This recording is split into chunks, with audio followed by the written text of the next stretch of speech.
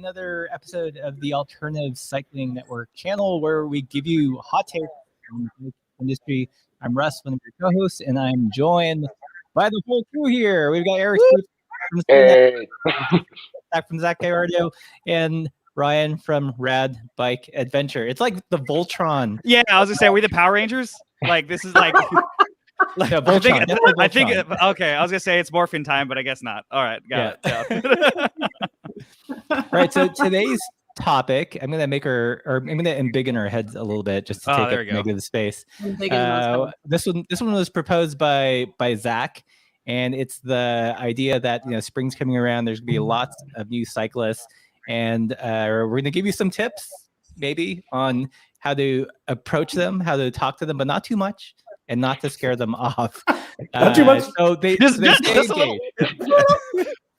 it's something you can do, right? It's a real thing. Like, talk to people. Scare them off after talking to them. Yeah.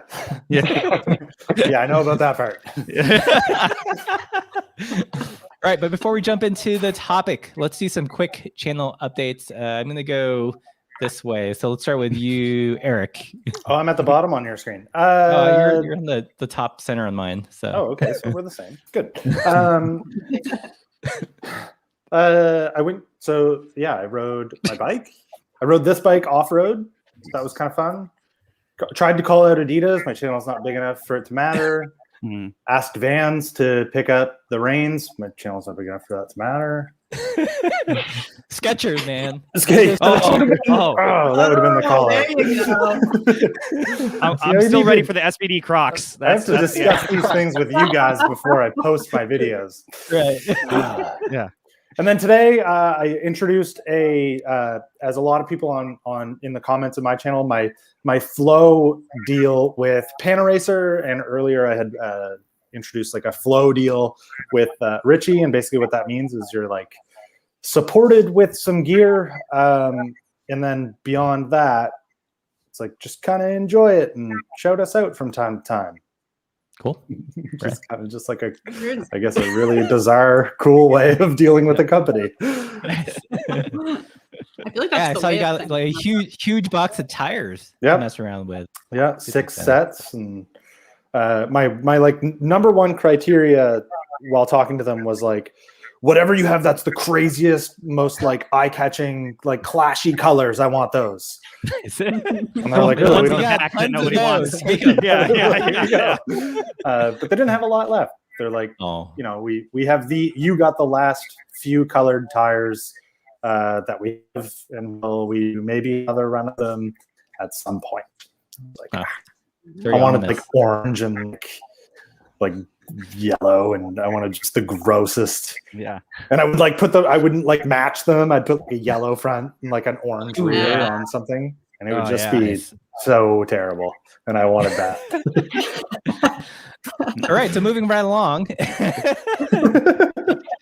Bright colors are in. Sean Gold says Eric has become a Panaracer shill, and I approve. Nice. All right, Michael, what's been going on Locked In?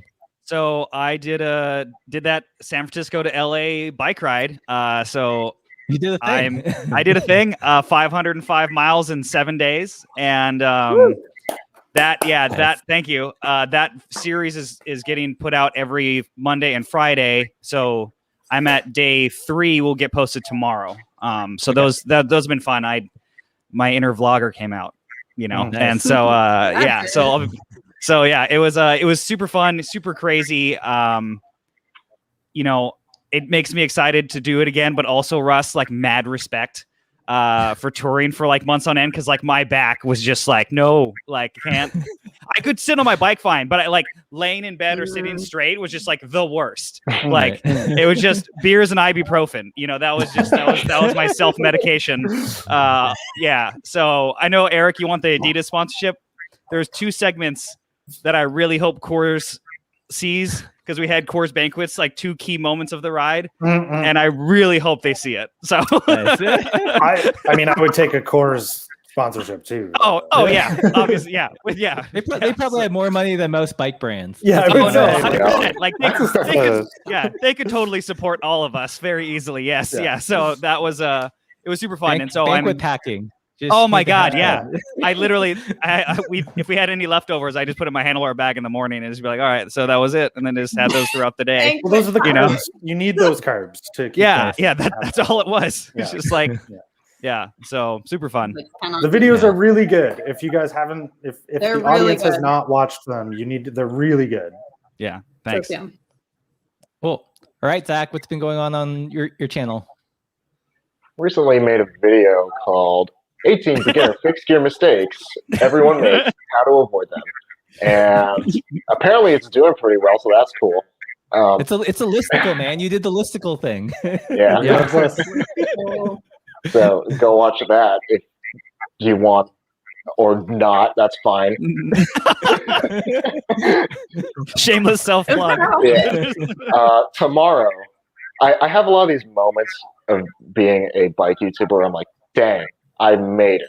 But tomorrow is one of my proudest moments. Oh, okay. And I got a sponsorship, which I'm not allowed to disclose yet.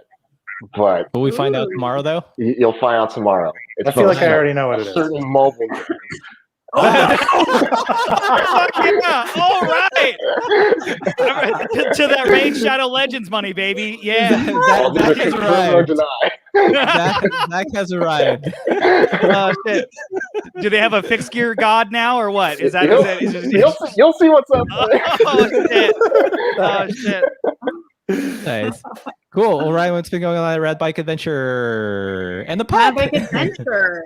Just puppy walking through. Well, we just had our 10K celebration, which was super cool. We did a live stream, and that was 10K, so that was pretty exciting. We had a really fun time with everybody. And then just this last week, I kind of did like a follow up because the video was like a 10K celebration, but also FAQ, just answering people's questions, kind of ask us anything.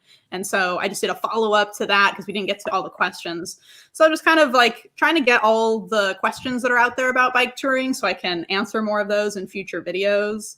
Mm-hmm. And then tomorrow, I'm attempting to go buy a new tent and review it and edit it all in the same day so I can post that on Saturday, so look forward and then to return it right after. Yeah. What was that? And then return it. Yeah, and then return it, right? Yeah. This tent is great. First impressions. Yeah. I'm in the parking lot. Like, it's fine.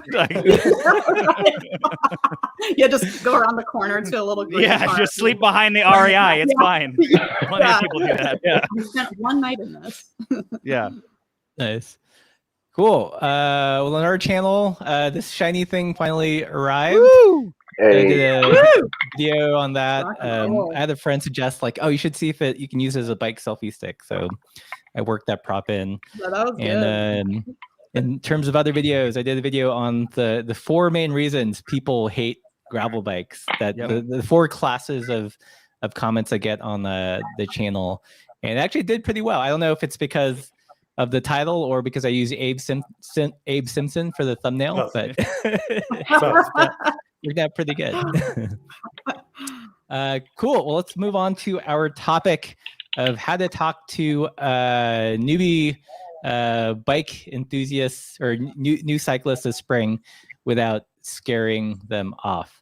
But I think, I mean, we've all been newbies at one point, right? I'm assuming. Yeah. Like, what was there? Do you guys recall any instance where someone gave you advice maybe too aggressively, or advice that you wish you would have taken? Oh. I mean, there's a lot to that. Like, for me, I just remember, like, I started with no help. Like, I just pulled my dad's bike out of the shed and like put air in it and just like left. And like no one, I was one of the first few of my friends that got into riding. So I wanted help. And like, that's kind of what sparked the channel. Cause like I couldn't, and YouTubing, it wasn't really a thing 10 years ago or whatever it's been. And so like I go into bike shops and just ask, and I literally like went to Performance and they were like the nicest people. I ended up working there like a year later. But that was something where like I literally went around to different shops and just was like shunned. Like I would walk in with my, what was it? No, there was one shop in Seal Beach. I walked in with my 1/8-inch scrambler, like my old fixed gear, and I was like, I need the things that go here, like the cranks is what I found out they were called. Like, and then like, luckily one shop finally was like, oh, we have those here. Let me help you. And there was this one girl that like helped me out, and she wait. Was it King's? Yes. Was it King? Yeah. You know who that? Crystal. It was Crystal. You know who she works for now? Who? She works for Zwift, man. Oh shit! Okay, good for her. Yeah, she was like, she would talk to you and build like velocity DVs and like just like do like she could build a wheel set in like 10 minutes. I don't know. It was crazy, and so she was super nice and was like one of the first few people that talked to me and like helped me finish my bike. And then I went there ever since. And then like I said, worked at Performance after and started the whole snowball. And here we are. Yeah, if you see any of the Zwift online ads, she's one of the women that's cycling in the ads on occasion. Cool. Yeah. I used to live in Long Beach and would go to King's is gone now, but I remember she left because I think she rode like cross country. She's like, yeah, I'm leaving. They picked me up. I'm gonna get paid to ride my bike across the world. I'm like, okay, cool, bye. Yeah. How about anyone else get like unsolicited advice or overly aggressive advice given to them as a newbie? Go ahead. Yeah. So my like the way mine started was weird because I rode BMX forever, and I was the youngest. So everybody got into riding fixed gears, like usually conversions, to get around, and then like I came of age and I needed to go to college and I needed a way to get around. And I was like, well, you guys all did this. So I'm just going to follow in your footsteps, like, 4-year gap or whatever. So I'm having a moment of reflection as I think about this, about how literally easy it was for me to just step into this world.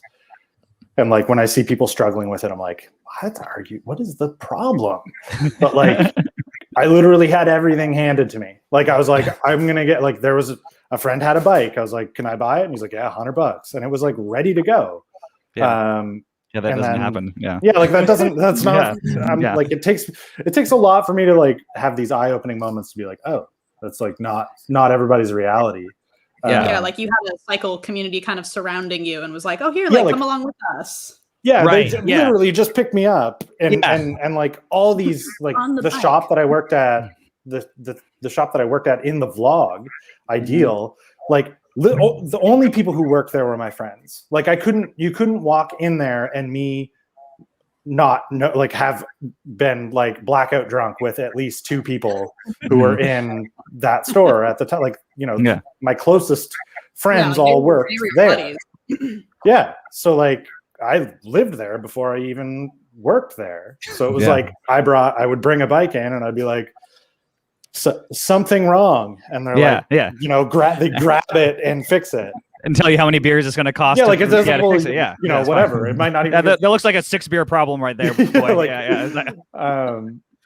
I think easily the most aggressive and the thing that has stuck with me the most was when I finally built my first quote unquote road bike, and I had a 60 mil stem that was flipped upright on it. I was raked over the coals for that. And it was like, get that thing flipped when you got a bad back. And I'm like, 19 and hence Slam Dat was born. Oh man. Man, that's amazing. You got a back problem, kid? What are you like? You're 19. You're flip that thing. And I'm like, all right, fine. It's like, you kind of find out more and more. Right? Like there's like this, like there are these parameters for entering the cycle world, and you can just get lambasted if you don't follow those rules, which for some people, I think that if you're with your buddies already, you're just like, oh, okay, like cool. I didn't know. But I think it's hard when it's strangers that are trying to tell you stuff like that. And that's when people get so pushed away from it because they're like, I don't even know who you are. Like, you obviously don't want me here. You're kind of making fun of me. Like, you're so insecure. I think that's where it becomes an issue. But when it's just like your buddies, and I think that's kind of like what happens is it's like leaking over from that. Like, you're used to just being able to like tell your buddies how it is. And then if you do that to someone who's a newcomer, that's when I think people get really pushed away because they're like, well, I'm not part of this group and you're trying to like slam me for stuff I don't even know about. Yeah. Right. I don't know. Right. I had a pretty good experience like coming into cycling, I would say, but I also was just like childhood bike, whatever this is, I'm just going to start riding it.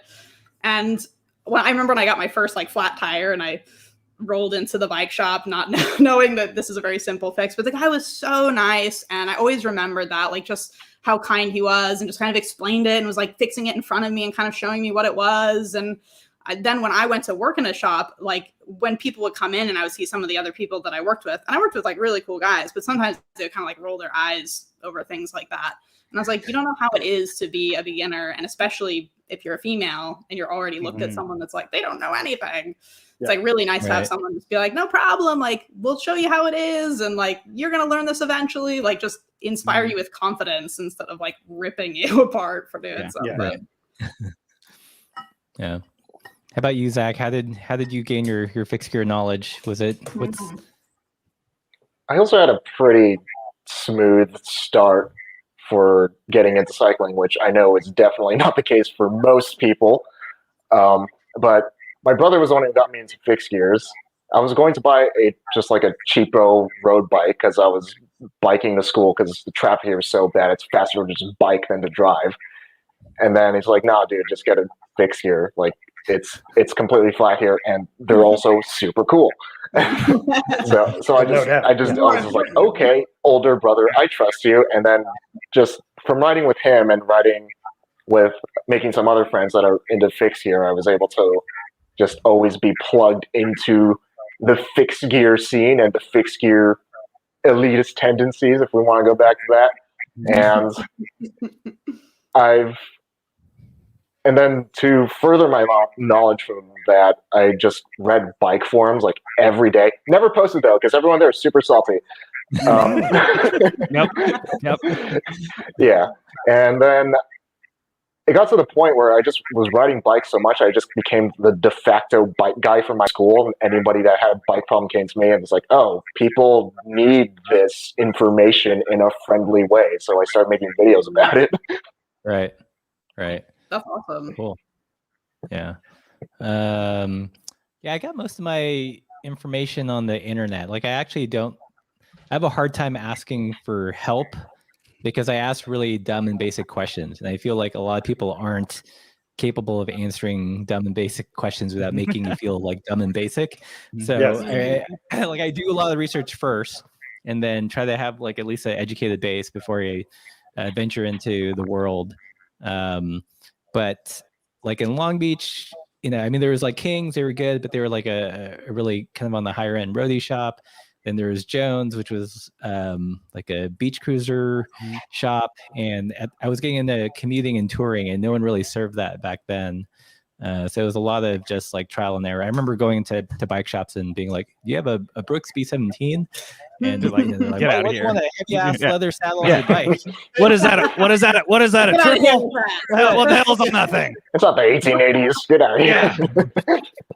So like for me, like most of my learning was online. Like I did a lot of bike forum, but were you talking about bikeforums.net or just bike forums in general? Bikeforums.net/single-speed fixed gear. Reddit, like every day, never posted. Every day. I was on a lot on the touring and commuting pages of bikeforums.net. So way back machine. Yeah.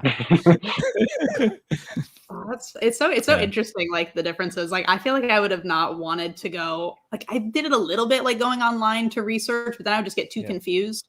So I felt like I needed in-person help. And then that's when I started going to the bike co-op. Like I had a few friends that kept mentioning like, "Oh, you ride your bike in LA." And at that time, I feel like not a lot of people were commuting. There are way more now. There was some, but not a lot. And so it definitely was still like an oddity that I was commuting around by bike in LA. And so a couple of friends were like, "Oh, bicycle kitchen. And I kept hearing it. Like by the third time, I was like, "Okay, I got to check this out."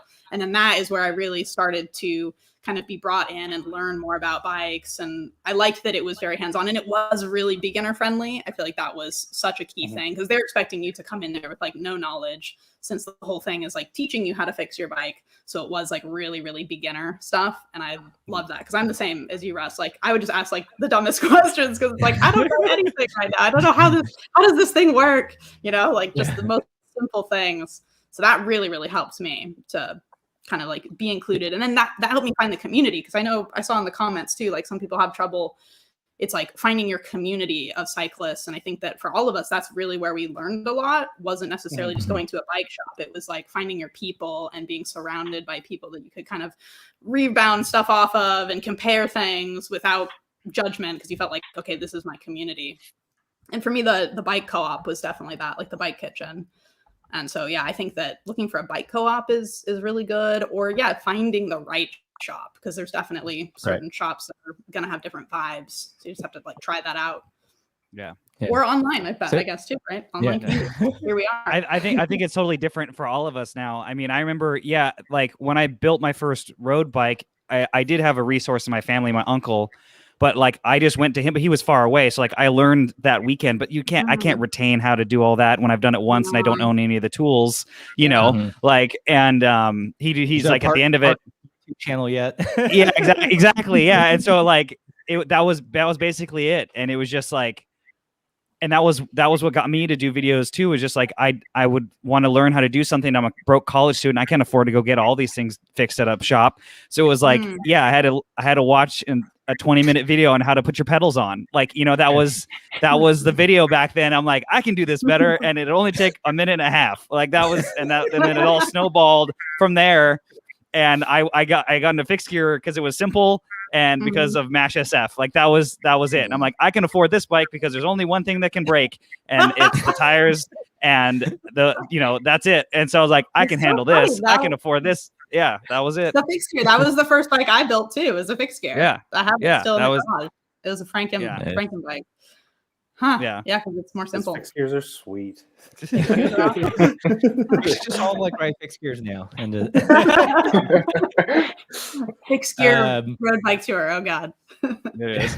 So have you guys ever had a friend that was maybe bike curious, and you were trying to encourage them to get into cycling? Like what you guys do or not do to send them on their journey? I always ask a lot of questions first. Like I don't want to say anything. I want to ask like, what are you trying to do? Like, if it's like, oh, I just want a bike to ride. Okay. Well, and then I go through my myriad of questions of just like, do you just want to ride around the neighborhood? Do you want to ride to the beach? And then because I know roughly how far that is and that kind of thing. Like, are you doing this for exercise? Is there like a charity ride pre-COVID that you want to go do? Because some of them were just like, hey, I want to ride this AIDS, life cycle, or I want to do the San Diego Century Tour for MS or whatever. And they just want to do a set distance, and then from there I go into, okay, these are the types of bikes that kind of fit what you want. And then we talk, money. But I always ask a lot of questions so that I'm not overwhelming them. And that helps me kind of gauge their knowledge base and how technical or not technical I need to get, Yeah, I still, yeah. And like, I'll literally sit there. I'm like, do you want the one with the bars that go, like this, like I'll do like, the noodly bars, like the do you want a bike that looks like your back should hurt when you're on it? Okay. You want a road bike. Got it. Okay. Got nailed it. Okay, cool. Like that. And that's basically it. I just go through and then let them ask me stuff. Like, that's what I like. If they see like, when I was in a shop environment, like here's a hybrid and here's like a road bike, and they're like, well, I like those tires, but I like how this looks. I'm like, okay, well, let's talk about why they're different, and then you go, gravel bike. Yeah. So that's, and back, before that was an option. Then it was like, no, it was hybrid or nothing. Yeah. And so that's where, for me, I always tell people like, I can get extremely technical if somebody wants to, but like, unless somebody's asking me like, hey, I want to build a bike, can you send me a list of parts? That's, or, hey, I just want to get a bike. That, two different drastic levels, Yeah. There is like a fine art to gauging how much information the other person wants. Because like, I think as an enthusiast, we want to just kind of vomit information, but that can be like a huge turnoff. Yes. Totally. I feel like for me, when I was in the shop, I would typically just assume that everyone has like a good amount of knowledge about bikes, just kind of like enter with that. Again, I think kind of being on the side of like people just assume because I'm a female that I don't know anything, and that's always really frustrating. So I'd always just assume like, like a fair amount. And then if I would get kind of like deer in the headlight, like, I don't know anything about bikes, then it would be like an invitation to say like, oh, well, like, would you like me to explain it to you? And then it's like, okay, now we can talk about it and keep it at a certain level. So you're not just like jargon peppering someone. Yeah. But yeah, that is a delicate balance. Yeah. I mean, I the guy that I did the bike ride with, Mario, like I've, me and him are really close, and I've helped him along the way, and we've built a bunch of bikes together. And even like till this day, I make a joke about it. Like he'll order something and I'll be like, no, man, that doesn't fit. He's like, but it's the same crankset I just bought on this bike. I'm like, no, but the BB width is different. Like return it before you get, and he's like, what do you mean? It's a crankset. And we always laugh. Yeah, but it's not like, it's just, yeah. And so I always laugh, and it's a running joke. Literally, I'm like, I tell them all the time, I'm like, you need to send me and he's getting better. He's learning a lot, but still it's the idiosyncrasies that we all have learned over the years that are just like, oh, but you got the boost spacing, so you need it's because it's 148, not 142, and that cranks up. Yeah, and so it's funny, and I just tell them all the time, I'm like, yeah, dude, I was like, just shoot me a link, and I'll just say yes or no, like like whatever. And so all my friends, like I do that for, just like, hey, I want to get this, like. Does this work? It's like $1 per text. Just I told him, I was like, I told Mario, I was like, I just want to be on retainer, man. Like that's it. Like it's like but that but it's part of your channel. It's just funny. Like it's weird how like it's so ingrained, I think, in all of us at our point. Like I know that I can ask Zach what what square taper style the Sergino 75s are, and he'll know. I don't remember, like what is it JIS or what's the other one? I haven't had ISO.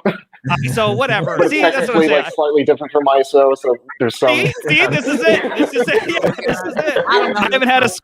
I haven't had a square taper crankset in like 7 years, so I don't retain that knowledge anymore. But yeah, so it's just. Like that's exactly it. Like you asked Zach about a bottom bracket standard, and he goes out and it's because the arc angle from the taper to the spindle is 0.7 degrees, but if it's 0.8, it won't work. And so you can totally do that with everything, and it's just being able to throttle back is the hard part. Than JIS screwdrivers, man. People like there you go. Yeah, is it the plus sign or the minus? Like that's like where I do love when that's actually, out of everything, I think I need to work on not being offended when people do offer advice, like as the not way around, that it's like the other way around, where it's like, someone who might be on my level tells me something I already know, and I'm just like ready to, like, I'm a nice person, but man. Well, I guess it's the same thing that you were saying, Ryan. Like working in it's like 10 times worse for you, but like, yeah, but it can be annoying, right? Like I think that's the deal. Is like we all need to realize like it's better to just assume that the person knows a lot, and then if they inquire. Actually, the Black Foxes did a live stream on like positive masculinity, and they were kind of talking about some of the same issues. I thought it was really, really interesting topic. And one of the things that one of the girls was saying is like, just don't give unsolicited advice. Like usually if someone needs help or they have a question about something, they typically will ask. And so it's like, just, oh my gosh, it's so bright. Sorry. Just like either wait for them to ask you or just don't say about that. Like, don't try to make the person feel stupid. It is kind of a weird thing though. Like if you're just trying to like bond with someone and be like, oh, that's a cool something. And you're trying to like give them advice and they're like, yeah, I already know that. Yeah, I don't know. It's like trying to share a meme. It's like trying to share a meme with someone and they go, I already saw that. And you're like, yeah, I saw that. I just wanted to share it with you. I'm sorry. So let's imagine that we're all in a group ride and someone has their seat too low or just something like not okay. right. Okay, not the one quite, that it won't kill them, right? But Yeah, that's a good like, one. do you say something, not say something? What's good protocol? And they're complete stranger? They're a complete stranger. Okay. And let's say that they're obviously a newbie. So okay, it's the loose saddlebag for me. That's what it is. Like it's the they didn't strap the straps around the saddle rails, so it's like swinging like all crazy, and it's also, it's got literally like their entire backpack in this thing, because it's the one from performance it's a 10-liter, but it's like it's all the way down to like their tire, and it's just doing this, and it's got 3 lights buckled to the back of it. Like that's where I'm just like, I just try to avoid that. I won't say anything, but when I pass them, I will go very far left, and I won't yell on your left because I know they're gonna just right into me. They're gonna say, "Oh, turn left," and then like, yeah. So that's what I do. I avoid them. Avoidance. But man, I so badly want to, like, if we were at a stoplight, like, let me just fix it. Just let me loop the straps this way. Yeah, you won't even know. Yeah, exactly. Yeah. So that is, yeah. But do you just like not say like would you guys not say anything, or would you? I think I would say something. I depends, but if I saw that their seat was like super low and their knees are like coming way up, like I might just like inquire, like, or I might just say like, your knees would probably hurt less if you put your saddle up a little bit. Like, do you want me to help you? And then if they're just like, no, I'm good, I'm like, okay, no problem. But if they're like, oh shoot, I didn't know, like really, then okay, now I can help them. So I think just trying to be friendly about it and inclusive, and not just being like, dude, your saddle's too low, or like, making them feel bad about it. Or like just inquire, like, oh, maybe you'd be more comfortable if. I think that's how I would do it.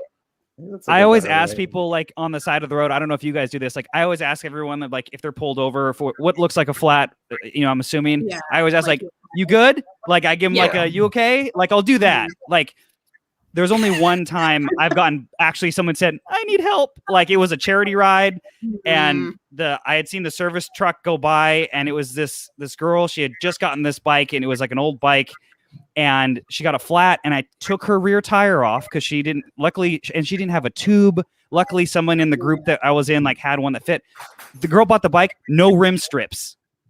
So I was like, I was just like, I can put a tube in this, but it's going to instantly flat. And so we put like 10 pounds of pressure so she could like roll it. And we like rode like, 2 miles an hour for like 10 miles. And I was trying to tell her, like, look, you need to take this thing back to the shop and get your money back. I was like, there are 18 things wrong with this thing. And I just like let her have it in like the nicest way. But I was like, please, you're doing yourself a disservice. This would be such a better day. Like, go buy something, like that actually from a bike shop, not from like a pawn shop or wherever you got this thing. Like, this is a death trap. Like, I mean, everything was like, loose.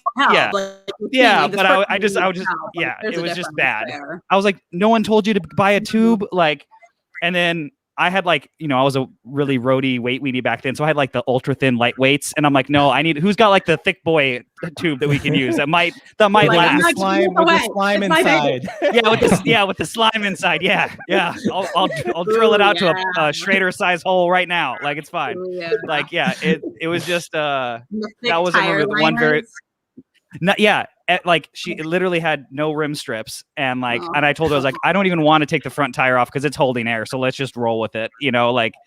And I remember that vividly because it was just like, I just told her, I was like, okay, there's just take it back. That's all. I just stopped talking. I was like, just take it back. Let's hope that the service truck guy shows up eventually, and he did like an hour later, and I was like, dude, she needs rim strips. He's like, I don't think I got that. I was like, electrical tape like 3 times around, you're fine. And he's like, oh yeah, okay, that's and then I just like booked it, and I was like, I'm out. Like, hope you have a good rest of your day. Like, I'm out of here. Yeah. Nice. So, I feel like I've yelled at people about their chains too. I'm like, your chain needs grease. Oh, yeah. I tried not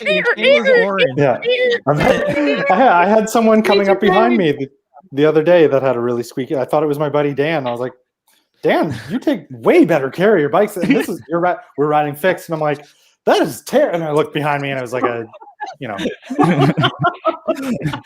I'm like, oh, damn it, Dan. And then the guy's like, I'm not Dan. Like, he's just like, oh, we're in a cul-de-sac. So he's like, Zach, would you offer advice? The way I don't like to offer unsolicited advice because I always hate it when people give me unsolicited advice, it always feels like I'm better than you, and here's what you need. It's like, I didn't ask you. So when I see something that is clearly wrong, something that a newbie is just like could clearly be doing better, I just try to ask them questions like, hey, how do you like your bike? How are you holding up? How reliable is your bike? Oh, did you know that if you do this, then it'll be better? Like, yeah. Where'd you get that orange chain? Yeah. WD-40 is not the jam. Don't put that on everything. Yeah.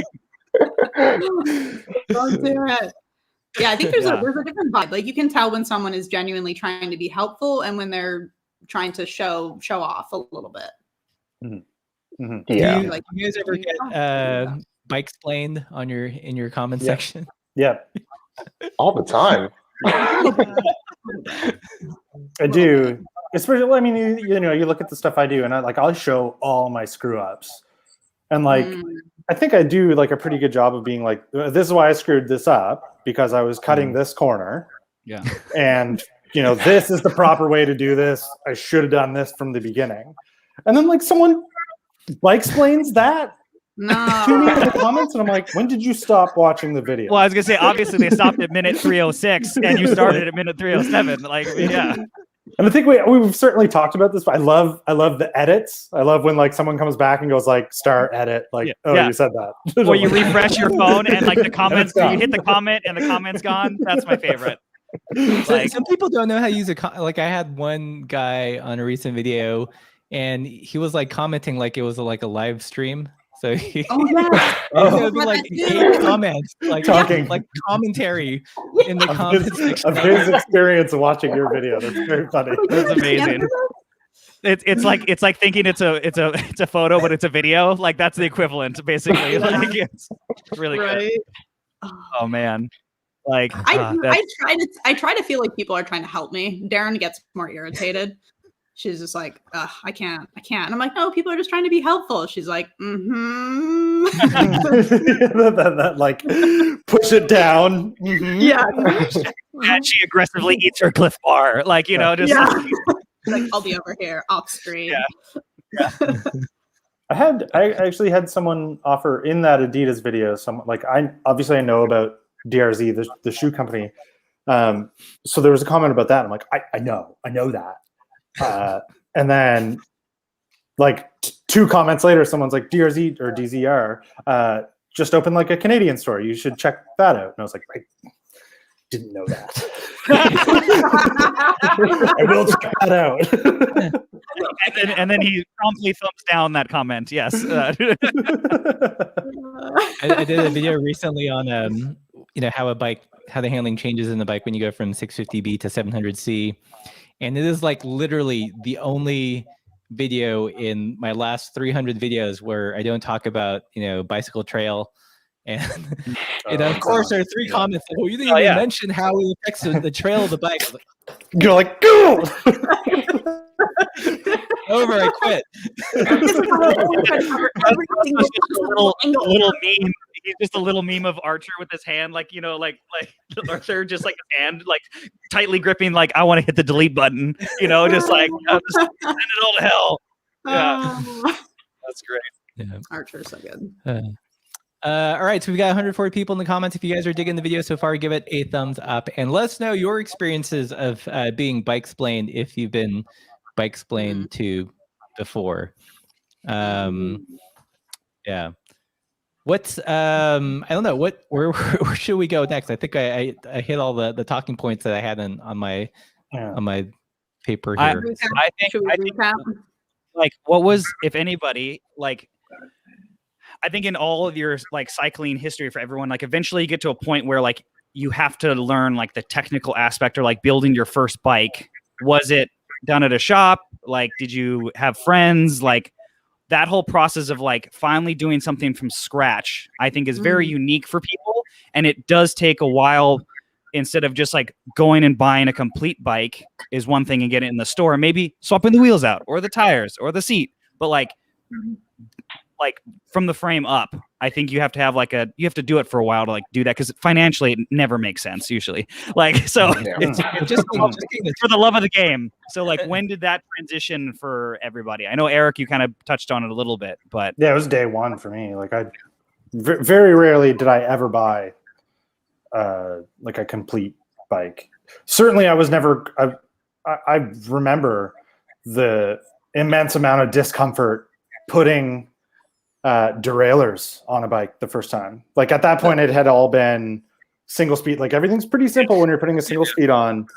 Like I was able to, for the longest time, as a BMXer, just like ignore some of the important things that you would consider on a single speed, like I have behind me. So when I looked at the two, I was like, okay, so that's just a big BMX without pegs. And my BMX is a small single speed bike with fixed gear, whatever. Like it coasts, but whatever. Like you can do the same things with a single speed that you can with a BMX.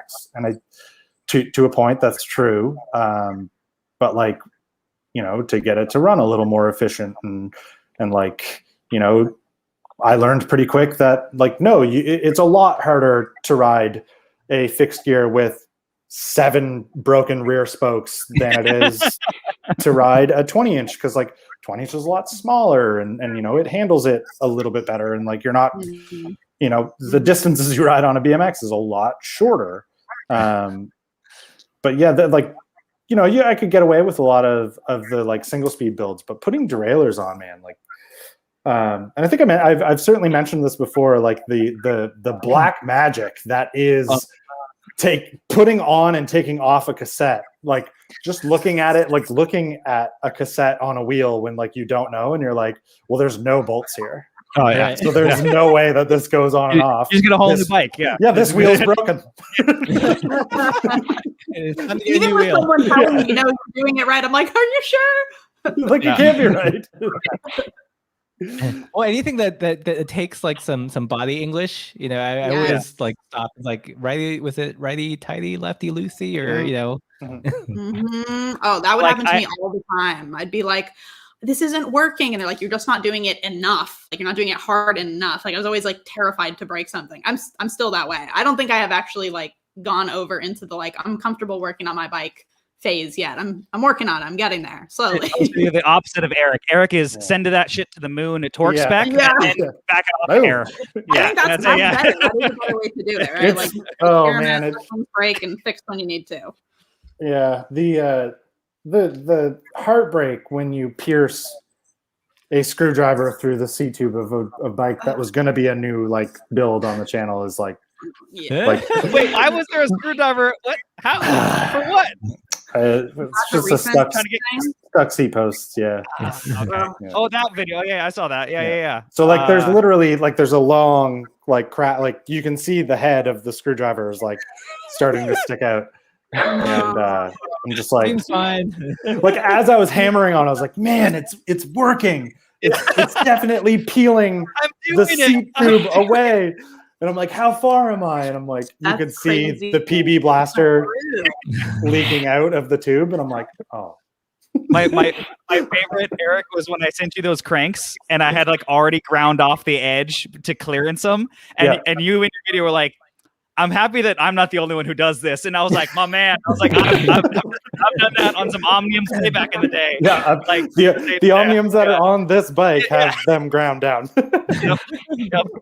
Oh and I had somebody who's like, oh, somebody was like, oh, they're gonna crack. I was like, it's past the pedal spindle. I was like, have you seen me? I'm not putting out no 1,500 watts. I got like 100 on a good day. Like that. What are you worried about? Like it's fine. Like one thing that, you know, and I almost need to put a disclaimer in a lot of my videos for this stuff like that, is like, don't not necessarily not do this, but like, you know, know the limits a little. Don't blame me if you do. Or that, mainly that. Yeah, like you can't blame like.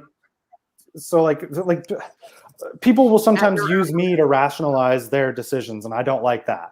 Like that's not you know, that's never been my goal, but I understand it. Weld a part of a chair to your bike and be okay. Yeah. You're just, if you're gonna do what I do, just keep in mind you're never gonna be okay. Yeah. I think the only video, Eric, that you did that well was when you cut the brake bridge off the track lacrosse. And you still got raked over the coals for that. Yeah. No, I know, but you prefaced it and then gave factual scientific evidence and thermodynamics, you know, you did it all. There's a bit of structural engineering that went into that just to make that was me rationalizing it for myself. Right. But at the same time, keeping it very much keeping it in mind that it's if I get hurt, it's not the engineer who said it's only a 0.02% difference in stiffness. You should just have that constantly on the bottom of the video, the banner. Not my fault. Yeah. Not my fault. Whatever you just did because of this, not my fault. Zach, how about when was the first time you built up a bike from scratch? Was that fairly early on? It was about 6 months after I got my first fixed gear. I just bought it complete and I upgraded it. Started out with the bar tape and then moved on to the saddle and the cranks and the wheels. And then I got to the point where I just wanted to put it on a new frame and just swapped everything over. And because I have friends who know how to build bikes and I have friends who have tools, it was pretty straightforward. That was a simplicity that I miss from single speed fix gear stuff. It's it didn't matter. If I want a new frame, I knew everything fit. It just the spacing was the spacing. It wasn't a big deal. Everything was yeah. And now I just heard about this because my buddy he works at a Specialized shop. Their new that Turbo Levo gravel bike they have. It's now they're calling it road boost spacing. Right. It's 12 mil through axle, but it's boost. So literally they're the only wheels that you can get for that bike are from Specialized. It's a hub that they designed or something stupid. It was just come on, man. It's gonna make them so much money. Oh yeah. But no, it's just the standards with all of it is hilarious. But I'm just happy the threaded bottom bracket's kind of back. But that's just I'm happy about that. That's about it. Zach is it left. What? And he's what? What is this? There's this dark period where people just push them in. Yeah. If you throw a bearing at a frame, eventually it'll stick. Yeah, that's man. Let's see what the comment section has to say. He says, Dino Martinez, recently bike explained. I think the most annoying thing I've experienced was when I went to a new local shop to get my brakes worked on, and the owner looked at my bike, gravel bike with a mullet set up, and just asked why. I think it's particularly bad when bike shops do it. That is a common why. That happens to me and Mara. There's one shop and there's very few things I either can't do or don't want to spend the absorbent amount for a tool I never need. But I remember he brought his bike in and we had done the Garbrook cage after I had done it. And the technician literally, or the owner tech guy that was looking at his bike, and he was like, I think this is the issue. Is this SRAM certified? And I'm bro, what? You can't tune it because the derailleur hanger's bent. It's not because of the cage. I just, it's just he's oh yeah, well, it's not going to shift as good because this is not OEM. I'm come on, dude. Yeah, come on. So yeah, I even get that every once in a while, and I'm just I don't even want to go there. Yeah, I feel that kind of everything having to be super particular. I had one of my, I think it was actually the fixed gear that I had built up, and the headset was a little bit loose, and I had taken it to so many shops. This is after I had left LA, and I was I don't know what's going on here. I can't get it to tighten up, and every single person was I don't know. They just didn't want to deal with the bike because it wasn't a nice bike, and so people just seemed I don't know. It's not a very good bike. So the end. No one wanted to actually try to find out what the problem was. Just start over. Yeah, it's just so frustrating. And I think finally I was at I was back in LA, and it was a bike kitchen party or something. And one of the guys that is legend there, I was just can you look at this? I don't know. I just kind of had gotten over it. And he was oh, it needs another spacer or something ridiculously easy. And I was like, micro shim like the whole time.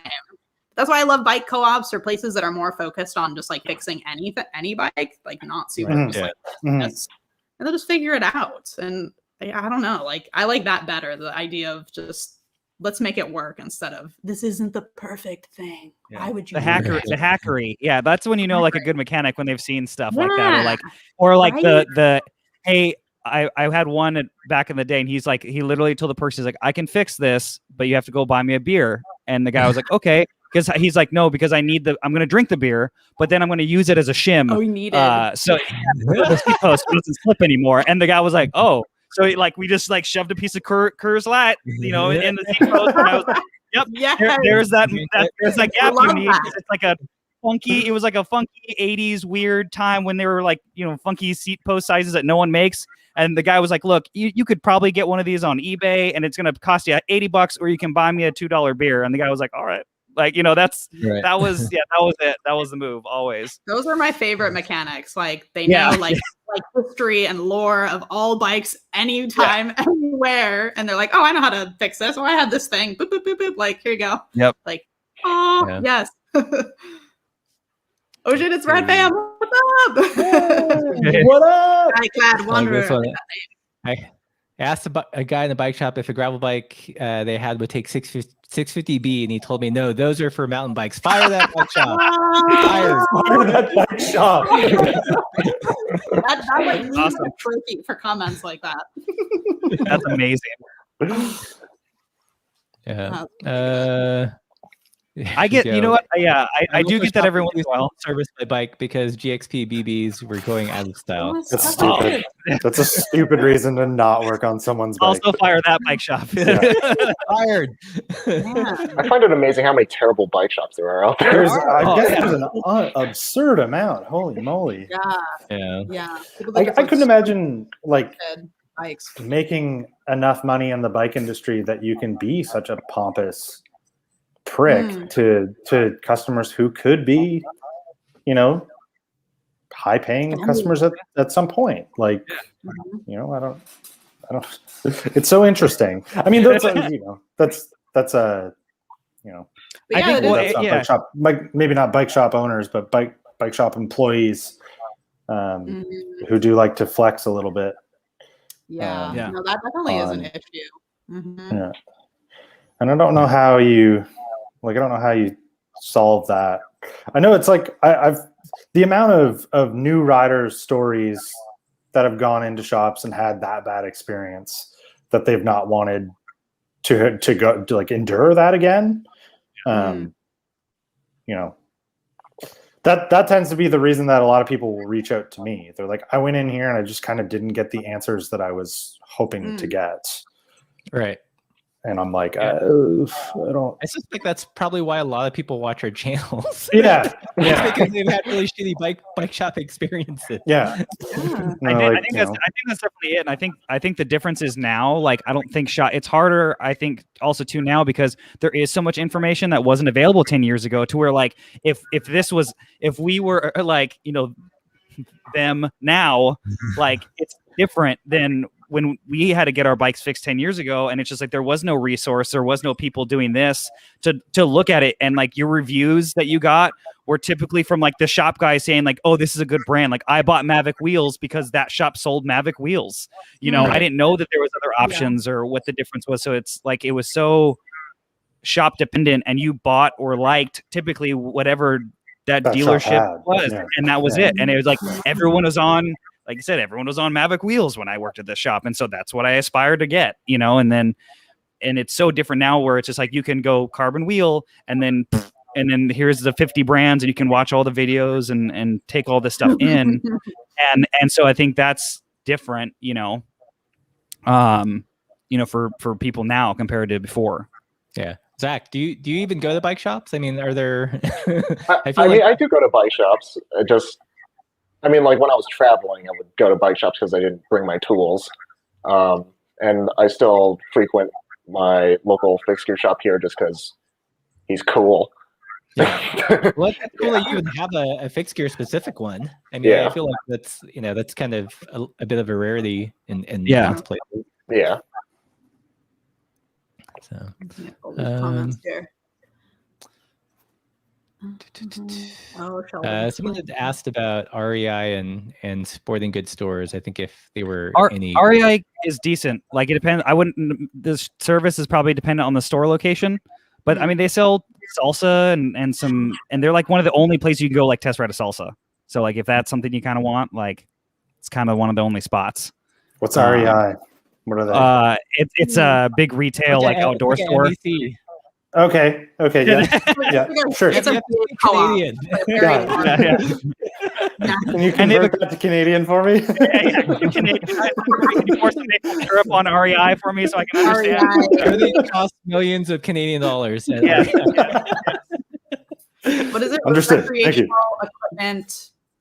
Yeah. One of my friends was telling me, because the big SF to LA trip I just did, like it was going to rain and we didn't know how bad it was. And I'm like, I don't want to buy like a bunch of rain gear because it doesn't rain in California. If it does, I usually don't need to ride, like whatever. Like that's the thing. And my buddy literally called me and I was telling him about it. He's like, dude, just go to REI, sign up for the membership. He's like, just return the gear at your house by like whatever. He's like, my buddy did that. He did like a cycle tour and he like got stuck in some like great pants. And I was like, I know, let's just crack it up. I was like, I think I'm good. I found an old jacket and I was like, this will work. It's fine. Like, yeah, but well, that was such a problem that now they've kind of changed their return policy. Yeah, because they probably it was so lax and people were taking it. I was going to share my when Laura and I were touring for 3 years.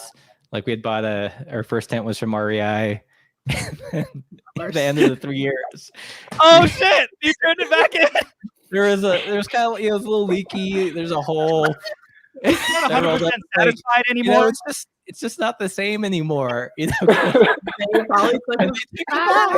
then like 2 years later, they changed the policy. Oh no, I can one up that 100% at Performance. This is why they're also out of business.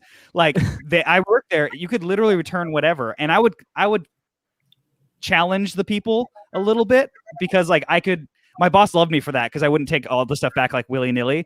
Some guy came in literally with like, and I worked there, I want to say 2007, 2010. Some guy came in with a tube from like the 80s. Like I swear to God, it was like it was the first generation box, and it was like a 26-inch. And he's like, I want to return this. I was like, sir, this is not. We don't make this. Like it was in the box, and like I was like, my bike's not 26-inch anymore. Like that's what he literally said to me. It's like, it's not 26-inch. I need another size. And I was like, okay, here's the new tube. Buy it. And he's like, no, I want to return this. I'm not satisfied with the size. And I was like, what? And like my manager came out and he was just like, you know what? He's like, this was literally, he's like, this is the first year design on this box. He's like, I will only take this back because I want to save it. Like that was like, if we did it, I was just like, oh, I don't have this tire size anymore. I was like, what? Who drives all the way from wherever you live to come return a tube and swap it? Like, what? Like, oh, anyone that's worked in retail has had some of those. Oh my God. And I was just perplexed by this individual. Just like the REI was like Costco. Yeah, it pretty much was. Yeah, just you return it. It doesn't matter. Like that was that was. No, I did that with the sleeping bag. But in all fairness, my sleeping bag the feathers were coming out after like a month. 10 years. Well, I was traveling and I was gone for like a year, but I brought it back and they're like, oh yeah, no problem. I'm like, there you go. Ross, I can't believe you were in our defense. We were like sub-poverty after traveling for 3 years, so it was like it was a big deal. It was charity. Can I exchange my home, please? Like I just. Oh my gosh. Like like 900 nights in it. That's great. That's amazing. That's amazing. So I think we covered our theme today, right? No. So if someone's doing something or has something whack on their bike, we usually don't help them. Yeah. There it is. And good night. And the story. I know. Let those saddlebags sway, baby. Let those saddlebags sway. I was trying to bring the show to some closure here. Right. I guess All right. Well, I think we're wrapping up here. Is there any last minute words, sage advice for bike explaining that you guys have to offer? It's okay to make mistakes, and that's the best way to learn. There you go. Nice. Very like sage. I like that. Be nice. Be inclusive. Don't be a dick. Yeah. Seems to be a common theme. I'm gonna say if you're gonna return something REI, you have to do it within the year now. So pro tip. Now you know. I know. It might even be less. It might even be less now. What? Get those returns. I know. Cracking down. I remember when. I remember back when. That's right. The golden rule. Yes, the golden rule. That's it. Yeah. Golden rule. All right, I think we'll close out there. So thanks everyone for watching. If you guys enjoyed the video, there's 159 of you still in the chat. Don't forget to give the video a thumbs up. It helps this channel out, which is not yet monetized. So I guess like we just get vanity metrics as help. Thanks. Anyway. Thanks for that. Yep. Thanks for the high five. Yeah. With all that said, good night and keep bikes weird.